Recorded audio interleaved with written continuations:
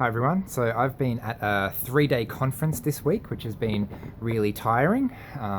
Big conferences can be tiring for almost anyone. And so today I wanted to share three strategies that I use, some uncommon tips of how to meet people, especially in very, very large gatherings.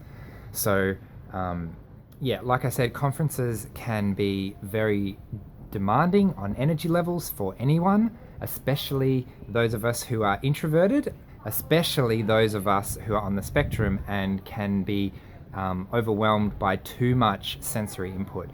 So 3 tips that I use. The first one is I sit by myself. And the reason I sit by myself is because it gives me a bit of space. I can just sit on the side and I'll watch everyone in the room, and it's a very open way. If I'm paying attention to the room, I look very open, and people can come up and talk to me if they want. And a couple of benefits of that is if someone comes and talks to me, I know they want to talk to me. I don't have to make the effort there. They've made the initiative, which takes away a big stress for me trying to approach someone else and trying to start a conversation where none exists. So someone speaks to me, all I need to do is respond. And I find that works really well. And also, if no one speaks to me, great. Then I get some time to sit by myself and chill out and not be so engaged the whole time, not be so overwhelmed by constantly trying to be on. Second strategy is to say goodbye to people. Find little excuses just to move on. If you're talking to someone and you're finding that you have to try to make conversation and it's not particularly interesting, you haven't accidentally landed on a topic that you're both really interested in, well, that's fine. You can just move on, go get some food or go get a drink or whatever you need to do, and that way you can move on and meet someone else. And what I find that allows me to do, firstly, it makes it easier when other people do that with me. If I have a really quick conversation and then they move on, it's completely fine.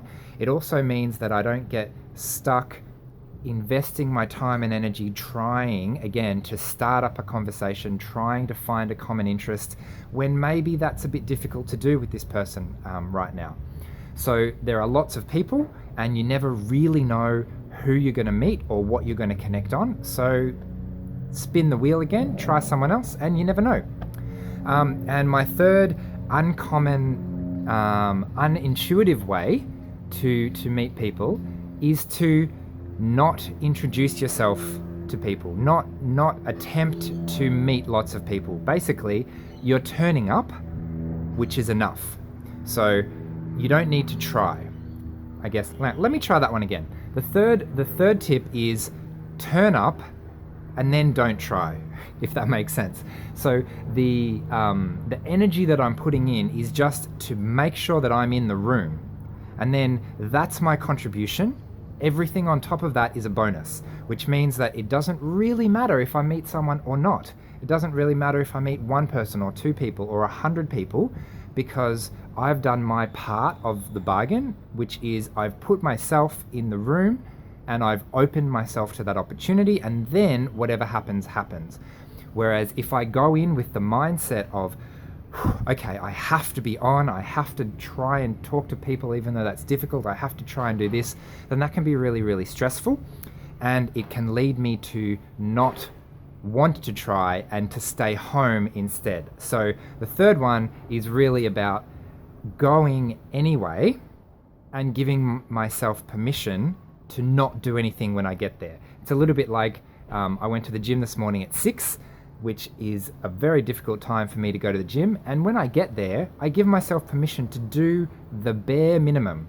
And the bare minimum is still quite a lot compared to sitting in bed doing nothing. So I've got to the gym, that's all I needed to do, and now I'm completely free to opt out of everything else. Okay, well, they were my 3 tips for meeting people, especially in really large situations like conferences. Actually, a quick 4th tip, if you would like to meet other fans of this channel, you can become a member of our Patreon family. We're actually going to meet up online later this week or next week. I haven't actually organized that yet, but I'll be organizing it very soon. It's something that we try and do on a regular basis because it's really nice to get to know other people out there. And you can become a member of that community for $1 a month, which is almost nothing. It's not quite nothing, but it's almost nothing. And you can imagine that if every subscriber to this channel gave $1 a month, imagine how much resources and how much time I could dedicate to actually making these videos and sharing about Asperger's and some tips and whatever else you find interesting, you can let me know. So thanks for watching. Please consider if you would like to meet others who also support this channel, and I will see you again next week. Okay, bye.